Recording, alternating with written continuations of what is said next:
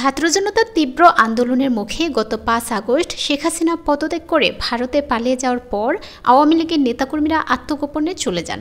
অনেকে ভারতে কিংবা অন্য দেশে চলে গেছেন। এছাড়াও অনেকে আটক হয়ে কারাগারে আছেন। ফলে দলের নেতৃত্ব কিংবা কার্যক্রম কোনোটাই এখন দৃশ্যমান নয়।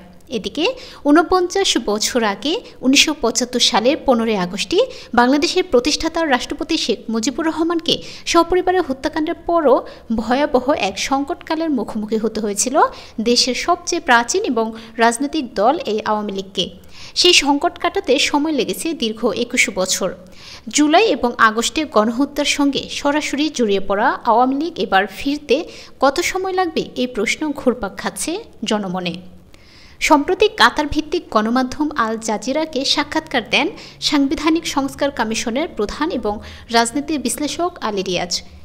ওই সাক্ষাৎকারে তিনি আওয়ামী লীগের পুনরুত্থানের জন্য ৪টি শর্ত উল্লেখ করেছেন। সেগুলো হলো ১৬ বছরের শাসনামলে বিশেষ করে ২০২৪ সালের আন্দোলনের সময় সংগঠিত অপরাধের জন্য নিঃশর্ত ক্ষমা চাওয়া, দলের বর্তমান মতাদর্শ পরিত্যাগ করা, শেখ হাসিনার পরিবারের কোনো সদস্যকে আর নেতৃত্বে না রাখা, মানবতাবিরোধী অপরাধসহ সব নৃশংস অপরাধের বিচার নিশ্চিত করা।